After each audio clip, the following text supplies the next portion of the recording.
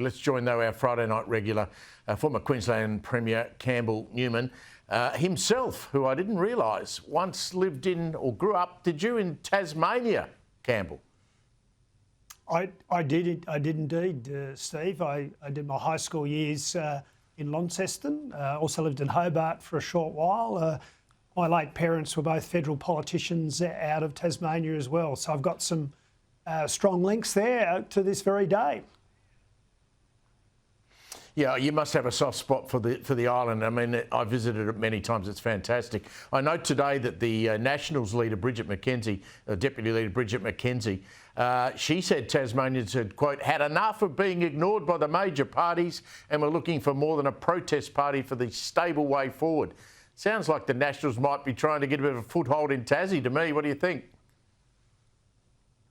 Well, look, they've been there going back many decades. I mean, my good mate Frank Casamatti from school days, his dad was a National Party identity back in 74, 75, for example.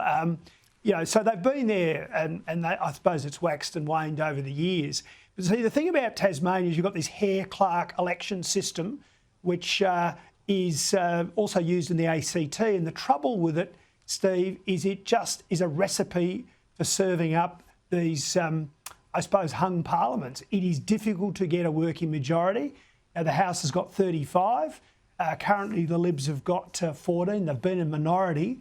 They had some defections as well over the last few years and a fair few recriminations about that. But the entry of the Nationals is quite interesting, that sort of dynamic.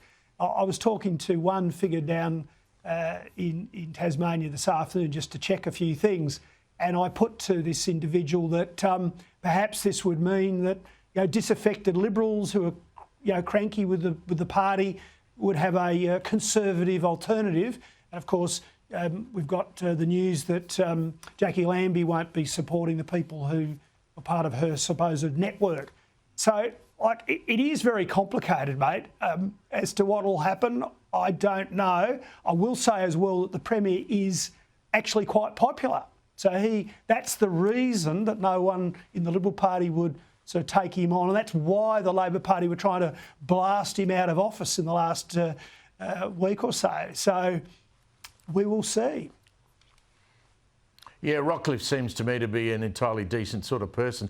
Speaking about the Liberals, I mean, in Victoria where I am, the New South Wales, I mean, seriously, they're just trying to tear themselves apart. I mean, you've now got this more redeeming case. John Pizzuto's supposed to pay these legal costs in the high six figures. She has cooked up some offer to him to try and do a deal.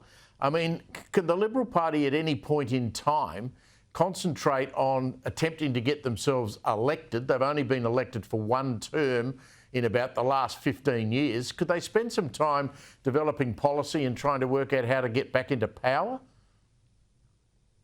Absolutely, Steve. That's what it requires. It requires to get this matter sorted out and to actually, with the new leader of the opposition, get on and take the fight to the Labor Party. And there are plenty of things that they could be taking up with the government. I mean, it is an extraordinarily bad government.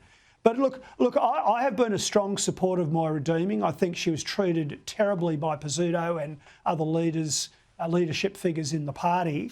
I think that Pizzuto shouldn't be being protected by Jeff Kennett and other people. I'm sorry, Jeff.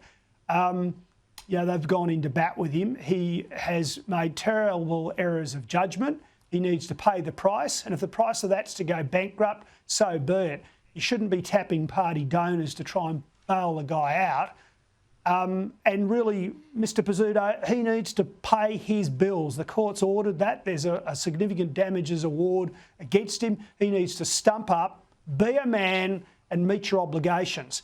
Now, my final point, though, is I'm really concerned that Moira Deeming has, in the way that this has been presented, potentially overstepped the mark. I think demanding your pre-selection be, a foregone conclusion. Things like that, I'm afraid that was probably poorly advised. But should she be seeking the money, the repayment of those damages monies? Absolutely, she's got every right to do that. And the Liberal Party really shouldn't be going after it. At the end of the day, they need to settle it. They need to get to work, and they need to give Victorians a real alternative. Good on you, Campbell. Talk to you next Friday night.